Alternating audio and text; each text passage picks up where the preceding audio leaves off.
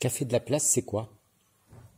Alors, Café de la Place, déjà, c'est un spectacle dont la base est totalement chorégraphique, mais c'est un spectacle chorégraphique, mais ce que nous on appelle art croisé.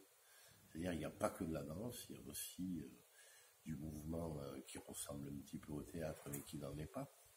Il y a de l'image, donc il y a du son évidemment, il y a de la musique, ça c'est sûr, et ça c'est pour on va dire pour la forme.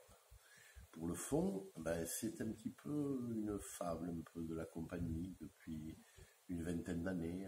Oui, on a toujours sorti la danse sur les places publiques, dans les rues, au bord des terrasses de café, et on a beaucoup rencontré le public à cette occasion-là. Et cette fois-ci, on l'invite au contraire à rentrer dans un théâtre pour reconstituer l'atmosphère du Café de la Place.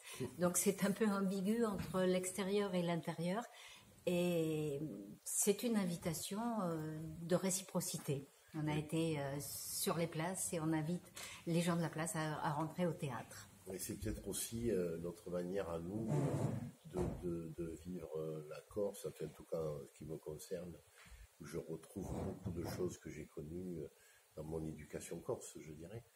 Et c'est une manière assez festive et joyeuse de parler de la Corse, évidemment.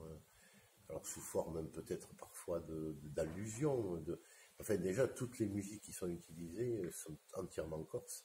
Et la palette est très large. Ça peut aller du violon traditionnel au compositeur contemporain actuel. À l'électroacoustique ou au dernier CD sorti il y a 15 jours.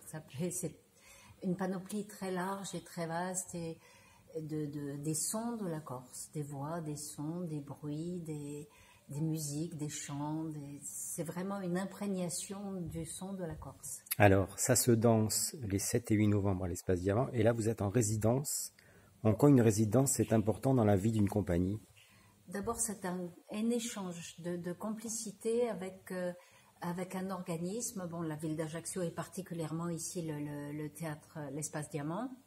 C'est une complicité profonde. C'est-à-dire qu'on ne vient pas comme un train qui passe en gare, qui s'arrête et qui repart. C'est vraiment un tissage de confiance et surtout, c'est un outil à notre disposition. Quand on travaille dans une salle vide, on peut travailler le mouvement, on peut s'imaginer qu'il y aura de la lumière, mais là, réellement, on peut le faire. C'est toutes les conditions techniques réunies pour pouvoir travailler correctement et aboutir la création. Merci.